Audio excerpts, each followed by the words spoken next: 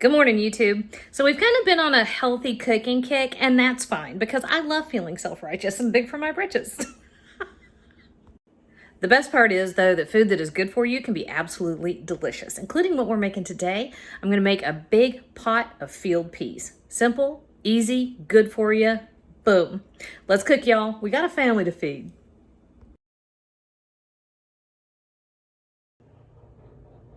Getting all fancy with my new equipment setup. We're on the learning curve though, so y'all be patient. All right, so we're gonna make field peas. Well, field peas are actually just another variety of black-eyed peas. They're all the same thing. They come in different colors. They come in different sizes. These are little, tiny, itty-bitty baby ones, which means they're not going to take very long to cook. The smaller a bean is, the less you have to soak it and the shorter the cooking time. Okay, the bigger they are, the more you have to soak it. So these are closer to the size of a lentil. They will at least double, maybe triple in size, which means we need at least twice the amount of water or liquid or broth or what have you as we have beans. So this is one little bag of beans. It's 2 cups.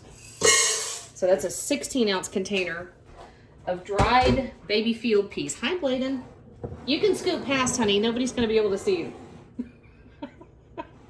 Bladen noped out of here. He's like, too early in the day for him.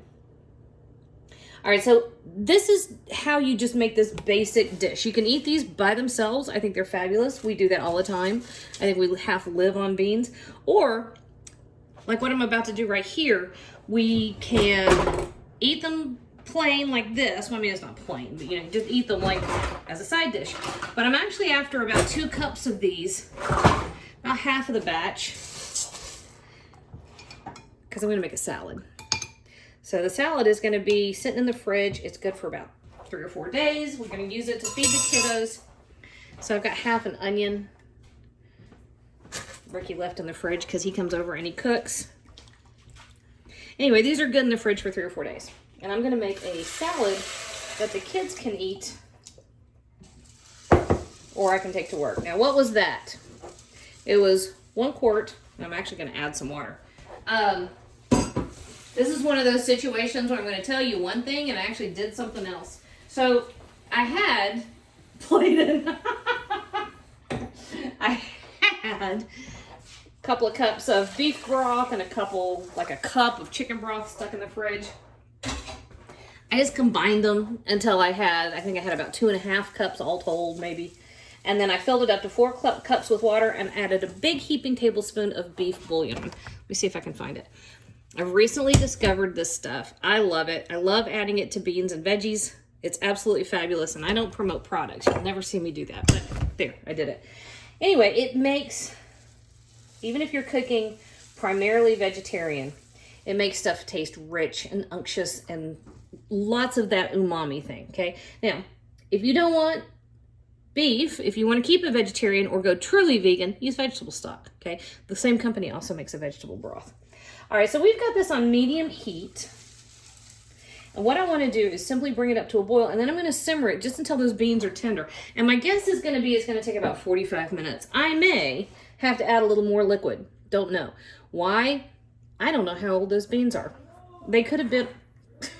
Did you hear that? Somebody's gaming. They could have been from a year or more ago, which means they would have lost more moisture. Even after they were dried and packaged, the beans themselves would have continued to lose more moisture, which means I've got to add more when I'm cooking, okay? Don't know exactly. It's not that big a deal. Just add a little more water to it. All right, so I have a couple of teaspoons of kosher salt, and you want to kind of go easy with the salt because we use the beef bouillon, okay? I have 2 teaspoons of onion powder, 2 teaspoons of garlic powder, teaspoon of black pepper, teaspoon of crushed red pepper flake. Now let's talk about that onion for a second.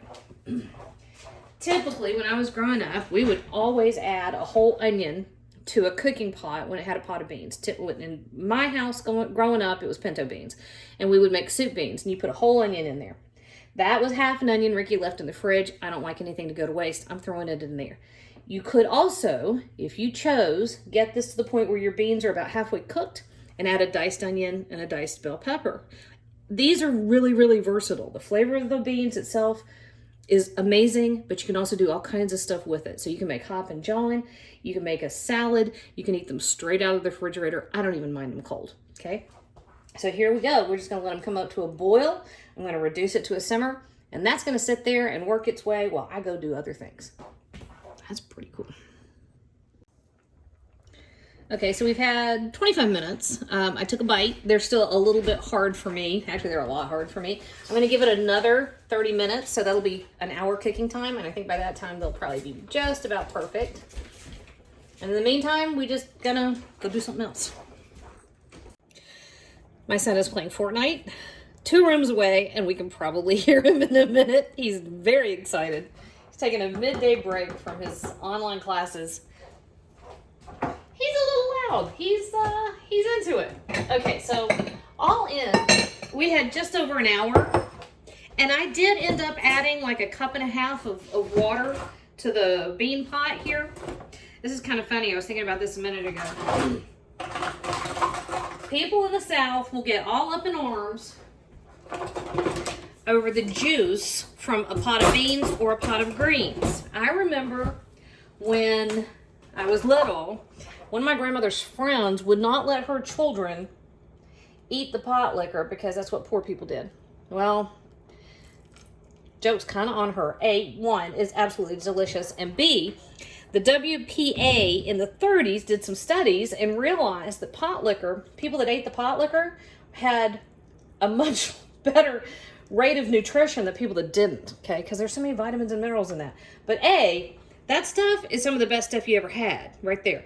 It's kind of funny. A few weeks ago, I read an article in the New York Times. Here, I'm just going to go on a storytelling tangent. Okay, article in the New York Times, and the man was talking about this pot of beans he had made, and I think he was using a white bean of some kind, and he went on and on and on about the bean broth and how delicious it was. Now, he never encountered anything like it, and how it was just the most amazing stuff he'd ever tasted.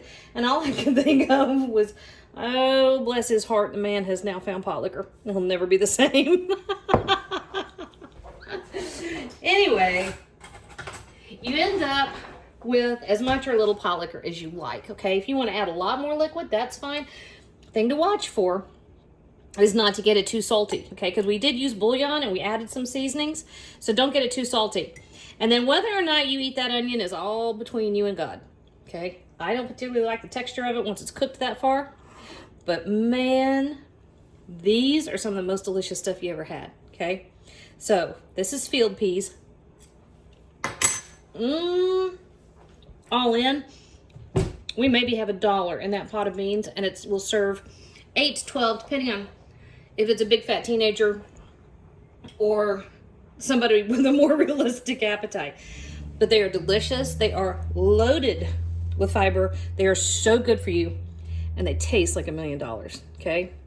There you go. Field peas, pot liquor, magic stuff.